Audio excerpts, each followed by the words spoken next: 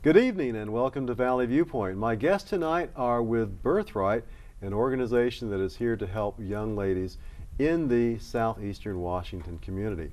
Welcome to the program. We're glad that you could be with us. Thank you for inviting us. Why don't we start with you, Dave? Tell us about the organization, how it came into existence, and how long you've been operating here in Walla County. Well, Birthright is a crisis pregnancy center. It's an organization to help women in crisis pregnancies. It was initiated by a lady by the name of Louise Summerhill, and I'm going to ask these two ladies to correct me when I go wrong because they've been involved a lot longer than I have. I believe it was in 1969 in British Columbia, or somewhere in Canada. Toronto. The other end of the country. It's a big country. And it has been here in Walla, Joyce, for 30 years. We decided this year. This year. 30 years. That's right. 30 years. Yeah. So this is an anniversary year. It is. Yes, it it is. is. It's a big one. Yeah. In the earlier years, Birthright was in an office in the Drummer-Heller building for a number of years, many years. Mm-hmm. And about 8-10 years ago, we were fortunate enough to be able to buy the house that we're currently in on Birch Street. It's right across the street from the Iceberg restaurant. And so In Walla. In Walla. Yeah. And that's where we've been ever since. Okay. Donna, I know that you have daughters of your own. Mm-hmm. What kind of impact does that have on you to be involved with a project like Birthright in consideration that you have young ladies in your family? What does it mean to you? It means a lot because I feel it is giving me the opportunity to participate in an organization that I feel proud that the mission is such that it is there to know for other women and their peers. Mostly that's what I was hoping for, is because they are when they were at the age in the teen years and their early 20s, that they would know that there is a place that they could help send their peers to. And so, but it mostly became a part of my life just because I felt that I was called to help in this ministry, because I'm adopted myself, and I felt that that was an opportunity for me to be there for other people who might be in a situation where they might want to talk about adoption, for instance. But for my daughter's sake, I think it was mostly that I hope that they could share it with their own peers. Okay. Now, Joyce, tell us about your involvement with Birthright, how long you've been working together with Birthright, and what your role is in Birthright. Okay. I actually began when they had the first training session here in Walla. So I've been with it since the very beginning. For 30 years, and you're only 29. So that's yes, that's a miracle. yes. So I've been really fortunate because I've seen it from the very beginning, where it was a small organization that we were actually the upstairs of where the old, oh gosh, the paint store is. And we just had one small room, and seen it progress from there. And I've been a variety of different roles. Currently I'm the office manager, which means I just basically take care of things within the office. And it seems to work really good. We have a good support system with all the volunteers and the board, so it's been great. So how many people, let me address this to you, Dave. How many people are involved with Birthright in the office, in leadership, etc.? We have a board of directors, which is we currently have 7 board members. And then we have, Donna is the head of the volunteers. I'm going to guess that we have 25 volunteers active. Yes, about that. So, that's, 30 some people. But I like to think that there are many people in our community involved because they donate. They enable us to do what we do. So it's really a community organization. And the workhorses of the organization are the volunteers, because they are the ones who are at the house every day, Monday through Friday, and they're there to help anybody who happens to come to our door. The board of directors, we just kind of manage or help make decisions about, you know, financial decisions or advertising decisions or those kind of things. We meet, right now we're meeting about once every 2 months, and some of us are more involved than others. It just depends on, you know, how much time we have available. But it's the volunteers who really do the work of the organization. So, I don't know who would best answer this question, but tell us about the services which are provided and how people can gain access to those services. We'll flip a coin. I don't Go for it, rock, I'll paper, start. scissors, whatever. I'll start okay. and Joyce will dovetail me. Okay. The services are all free. Every Birthright office is operated the same way. It's part of our charter. And can I interrupt? Yes. Do you have an idea of how many Birthright offices there are? Approximately in the U.S., it's international. Started, like I said, it was started in Toronto, but in the U.S. there are over 400 offices. I wish I could quote the other offices internationally, but in the U.S. So approximately just 400. in the United States Yes. alone, over 400. This is Yes. one of 400 here, and then there are many more Right. abroad. Right. Okay. And so you could go to the website for Birthright International, which is birthright.org, and you could find by region, by city, by state, by, you know, that's how you could find where each individual office is. But at any rate, every office is operated the same way, where nobody is paid. There is no overhead on payments to any staff. We're all volunteers, and everything from the beginning of pregnancy test is free. From there, it's a networking of different things, people that we can refer to for other agencies to help someone, but we offer free maternity clothes and free baby clothes up to size 18 months. Then from there, we refer to other agencies for larger items, but everything we do is free. So how do you screen your applicants? Applicants Or I don't know, clients? people, they walk in the door. We don't know how many we'll serve that day. It's basically our office sandwich board is out on 9th Street in Birch, or the front door, but Monday through Friday from 12:30 to 3, and Wednesdays all the way till 4:30. There's no appointments. You can just come. You can. There's no appointments necessary. You just come. So that's it. Are there any criteria for the people that you're willing to serve? I see you. Mothers who have needs, as far as from the very beginning, with needing a pregnancy test, and if they need support to help them with their family that they have, if they're in need of maternity clothes or baby clothes or those kinds of items, or conversations to. We'd like to be there as a friend for the women and mentor them if they need the mentoring, but we're there to listen to them and find out what their needs are to help them so that they can take care of their family and hopefully also love a baby to life if that is the issue that they were dealing with unplanned pregnancy. Okay. Now you said Joyce was going to dovetail. She is. So There's other things we do. Open up the door here. What else do I need to dovetail on here, Donna? Just a lot of organizations make you fill out a lot of paperwork, and you have to have a certain income level and everything like that. And we don't function that way. We're open to anybody that needs our services. And we're fortunate because the community has supported us so much, the different churches and organizations within the community and individuals. So we have donated maternity clothes, we have donated baby clothes. And one thing that we do is encourage the girls that we actually do help with maternity clothes to bring them back so that they can be a part of helping somebody else. Because oftentimes we think everybody's in the taking mode. All they can think about is themselves. And this helps them to think about, how can I help then somebody else because I've been helped. And so I think it's a great way for the community to be involved and the clients to be a part of the services that we offer.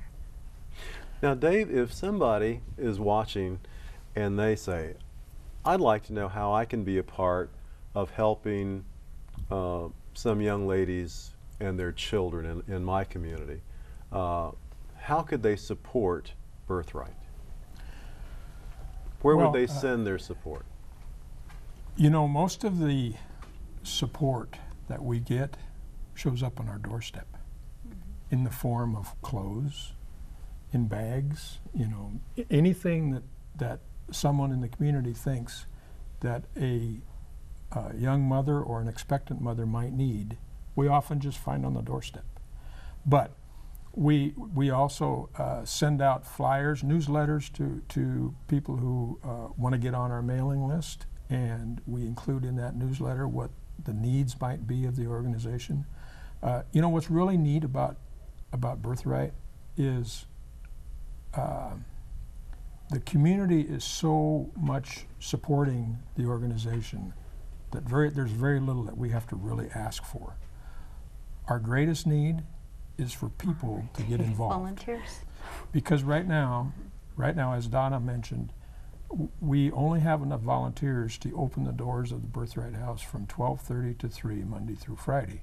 Well, our clients, who I would say typically are between 15 and 25 years old, many of them are in school, either high school or college, those are not always the best hours for them to be able to come in. But we just don't have enough volunteers to extend those hours. Personally, I would like to see our hours go from 12:30 to 6, Monday through Friday, and even beyond that.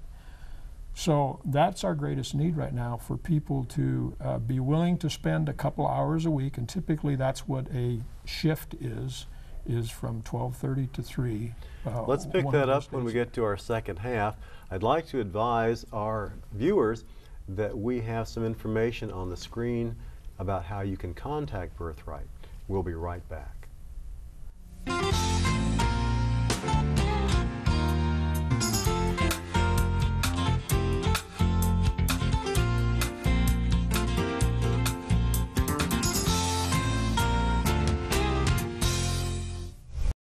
Good evening and welcome back to Valley Viewpoint. If you are joining us, my guests tonight are Donna Wujek, Joyce Payne, and Dave Opbrook. And they are with Birthright, a service for young women in Walla Walla County. Now, when we went to break, we were talking about ways that we can support this particular ministry. And I understand that volunteers is really the critical need at this point, so that you can extend your hours to be more client friendly. And maybe you don't like the term client, but I mean more user friendly for the people that are needing your services. Are there any qualifications, or is there any training that the volunteers will go through to prepare for this? We do have training for all of our volunteers, and no volunteers ever left by themselves. We do basically job shadowing until the new volunteer feels comfortable, and it's basically you come when you can during our office hours and we train you. We don't have specific training periods. It's you come, you get a volunteer packet, we get you you just come when we're open, and I basically walk you through all the different things that we do in the office, and that's how we train. And basically the individual can decide if they feel called to minister and do the part of meeting a client all the way through the pregnancy test or not, or they can choose to stay in the office. They can choose to do any number of things that we also can use volunteers for, helping with our newsletter. There's a lot of preparation that we need with things that need to be kept up in the office with the clothing and shopping lists, things to keep up with the office. But basically the volunteer comes in when they can, and they shadow with us when we're open. Now, are there any qualifications for being a volunteer? One of the qualifications, I would say, is that they have to agree with our charter. The charter was from International. Okay. And so that's the first thing. And if they can't agree with the charter, then we can't use them as a volunteer in the office. But if they agree with the charter, we'll take anybody.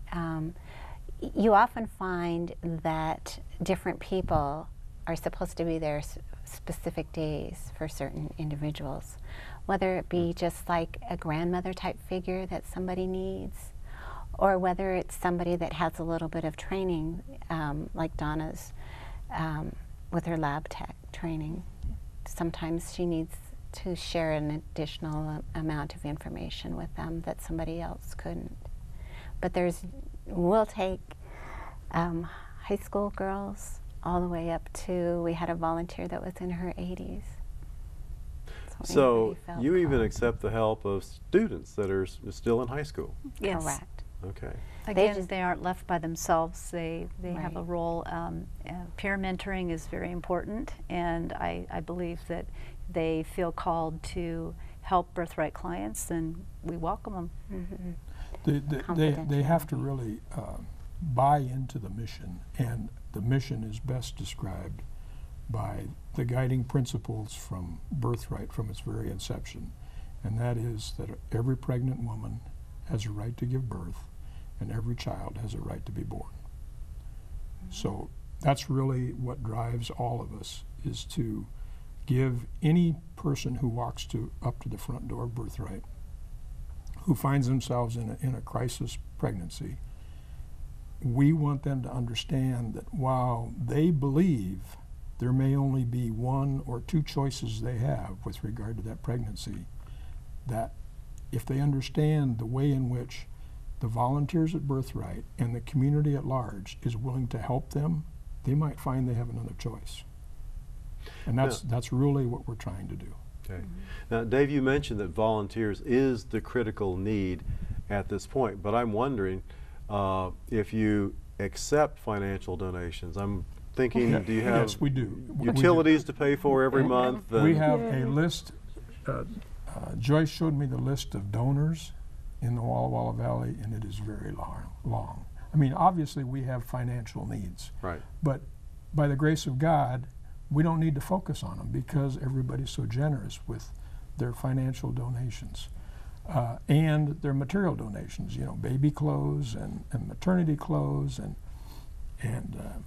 that's how we get the bags that show up on the front doors. People say, "Oh, my children have outgrown these clothes. What better place to send them to than Birthright?"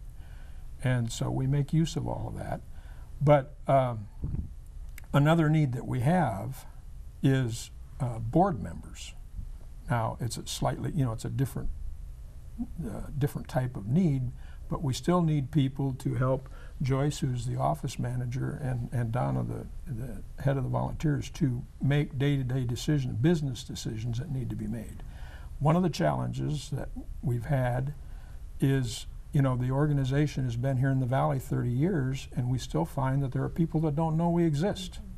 And for many years, we were using the old conventional ways of advertising, and we figured out that our potential clients don't necessarily read newspapers.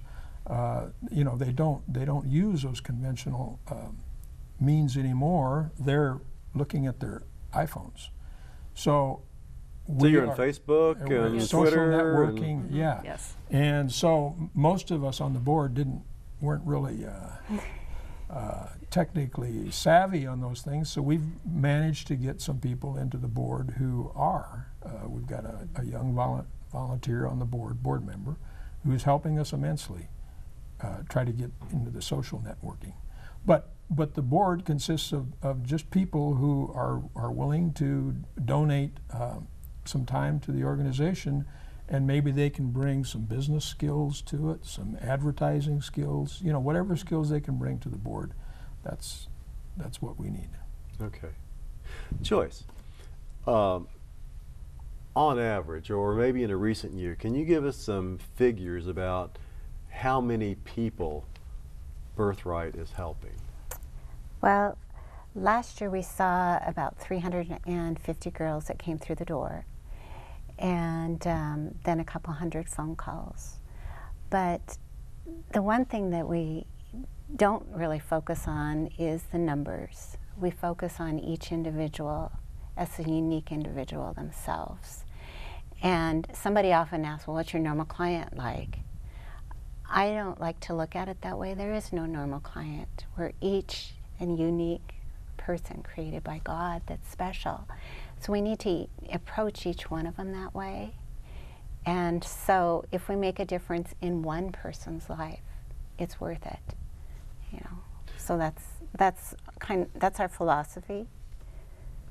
Now, I know we want to protect the privacy of the individuals that you have served, but I'm just wondering, anecdotally, is there anything that stands out in your mind about helping a particular person that you'd say that was really rewarding?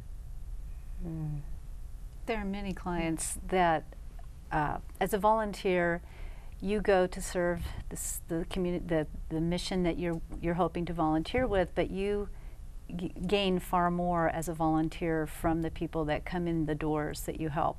And sometimes it can just be easing somebody's stress for the day, and they just come to talk. But in the end, that they come up and they want to give you a hug, or they want to thank you with a smile, or they bring their child in after it's born. That's a huge gift, is seeing the child after the baby's born. And it just, every day is very special with every client. It seems like there's just so much more that they give back to us. Now, it sounds like you have continuing contact. It's not just a one-time, they're in there to grab some clothes and then they're gone and you never see them again. What we like to do, and that's why we like to have the maternity clothes and the baby clothes, it's a non-threatening way for them to come in. And then oftentimes you'll find out that they want to just be talking about a special need that they have, or we're a safe person for them to talk about an issue that has happened. And so they know a lot of times what day we're in. Like today was my day at Birthright. And so you'll see some repeat clients that'll come in on your particular day because they've connected with you. And so yes, you get to see them and follow them through, hopefully, their pregnancy and after they've delivered. So it sounds to me like the focus is not primarily on the clothing or the other things that you give, but on the emotional support that you provide to these young women. Offering a friendship, relationship, yes, to be there to help someone. And I think it's also to give that person, you know, some of the clients come from difficult situations. I mean, they might find themselves to be 16 years old, struggling to stay in high school. They may not have the family support that you know we'd like for them to have, and they find themselves in this situation. You can imagine what that person is going through when they're going through that difficult struggle of what do I do, and they can come to Birthright, and they can first of all find people that are willing to listen to them, to not judge them. We don't badger them to make a decision one way or the other. They're not heavy-handed. I've seen these volunteers work. I know this firsthand. And the goal is to just let them know, first of all, that they're loved by somebody, and secondly, that there may be a choice for that child that's in their womb that they hadn't thought about before, that they hadn't thought was feasible. And that's really our goal. I want to thank you all, Donna, Dave, Joyce, for being with us today and enlightening us on the work that Birthright is doing right here in our community and around the world. And thank you for joining us on Valley Viewpoint. If you have an idea or a concept for a future viewpoint, why not contact us at 529-9149. That's area code 509-529-9149, or contact us at valleyviewpoint@bmt.tv.